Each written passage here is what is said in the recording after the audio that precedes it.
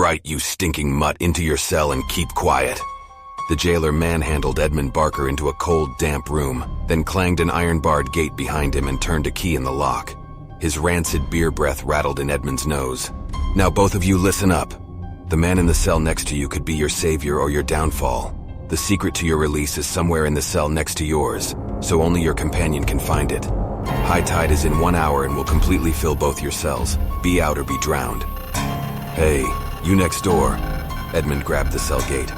Come to your bars, let me shake your hand. My name is Edmund Barker. Reach through and shake my hand. Edmund held his arm out as far as he could to the left, and another man grasped his fingers. The other man's hand was greasy and rough. Dirt and dust were ingrained in it. The poor sod had been down here a while. They shook for a few moments before the other man released his grip. Now hold on just a moment there, gentlemen, the jailer said. There are rules. I said keep quiet, didn't I? He tapped his boot on the stone floor. There was faint puddle splash already. Since you're so keen, Edmund Barker, you can go first. You may relay whatever you know to your fellow prisoner and try to free him first, but he must not communicate anything to you in return until he is free of his cell. So be quick about it. A drowning man will be less likely to stick around and help you. We don't have much time. Is there anything in your cell that suggests where I should start my search? The other man simply moaned. Come, friend. What's your name? Edmund strained his ears for any response, but there was nothing more. Perhaps, said the jailer, scraping a wooden chair along the floor and taking a seat with a deep sigh. Your companion takes the rules more seriously than you do, and perhaps that is the best for both of you. Edmund started searching for clues. He shuffled to the front right bottom corner of his cell wall, against the bars, sweeping his fingers over the rough stonework, moving higher and to the left. He felt for any slight indentation or irregularity in the wall. There is nothing here. He shook his fist into the air, then ran his grazed fingers over the empty sockets where his eyes used to be. It will take longer than an hour to examine the entire cell. Perhaps you should have thought of that before. You might still have your sight if you hadn't gawped at the king's daughter in her dressing room. I heard her scream. I ran to her aid. I wasn't to know her distress was caused by a new corset being fitted. You had no business in that part of the palace, and you have paid the price of being there. Edmund ran the tips of his fingers under his tattered shirt and over the branded skin on his chest. Peeping Tom. King Benson was cruel, and his high court dished out what they considered fitting penalties. The blinded man turned his attention to the back wall of his cell.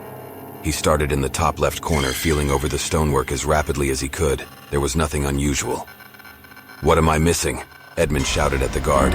What is there here that I would see if I had eyes to see it with? I'm going to set another rule, said the jailer. You may ask me only 3 questions. You can expect honest answers, but I will not tell you anything which might lead to your immediate release.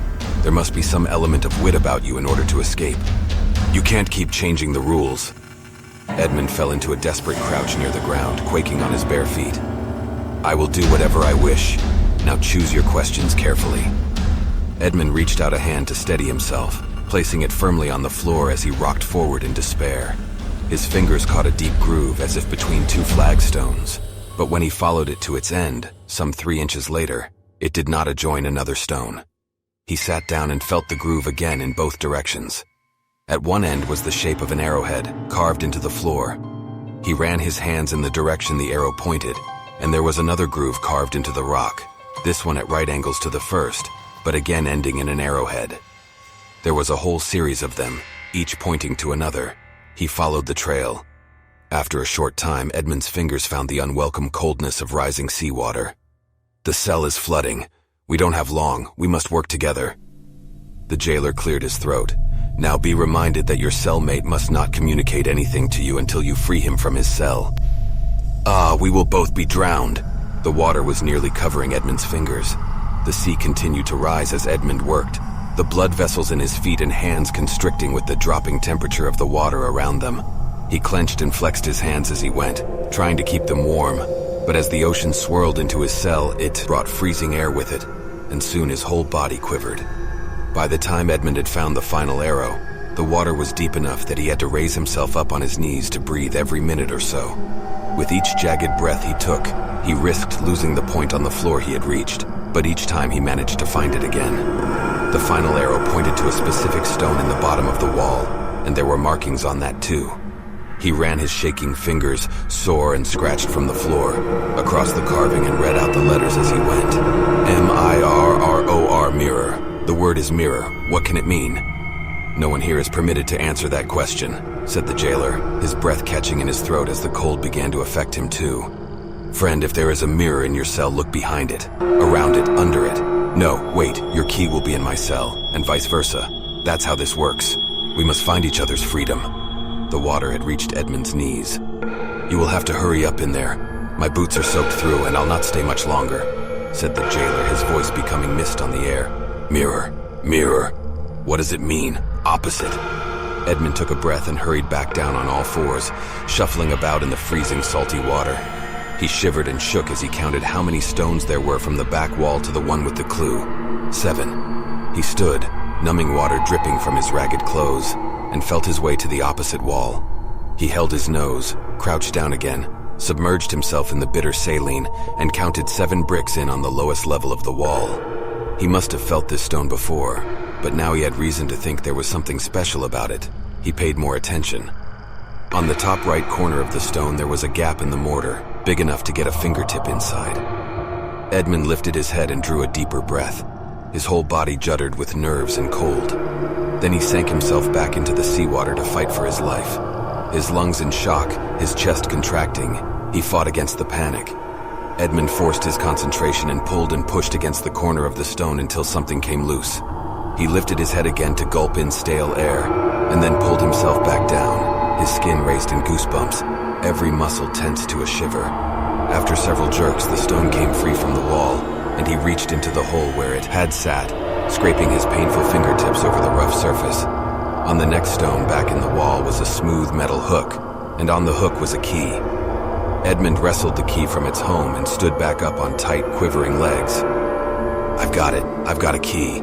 And just in time, said the jailer. I'm about to go and dry myself by the fire. It's freezing in here. You can't go yet. I need my escape too.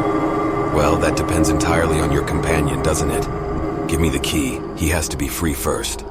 Edmund staggered to the metal bars, feet cramping, head reeling, and handed the key through them. The jailer took it from his trembling hand, and there was the clinking of a lock as the water continued to rise. Are you going to help me, friend? Edmund managed to splutter through the bars. The other man waded out of his cell and stood directly in front of Edmund on the other side of the bars. He took Edmund's right hand in his left, passing Edmund's bleeding fingers under his saturated shirt and over his branded chest. Would you like to ask your questions now? The jailer asked. Does he already know how to save me? Edmund said, the water now past waist deep. Yes, stammered the jailer through chattering teeth. He must simply speak the word carved into the wall in his cell. Then why does he not do it? Edmund screamed at the man, pulling his hands back from his chest. He's trying to tell you that himself, said the jailer. The other man reached through the bars and took Edmund's hands again, placing them back on his skin. What was your crime? Edmund asked as he steadied himself in the water, breathing hard, and tried to examine the brand. Traitor. Traitor. A traitor to who? The king? Edmund was dizzy. He didn't know how traitors were treated. That's right, said the jailer. A traitor through and through. And what would he say if I asked him how he was punished? If he could speak, he would have to say, my lips are sealed. The jailer paused for a moment and let out a grim laugh. It's time for us to go, Edmund. You have been unlucky. Edmund screamed and rattled the bars of his cell as the chilling water rushed at chest height around him.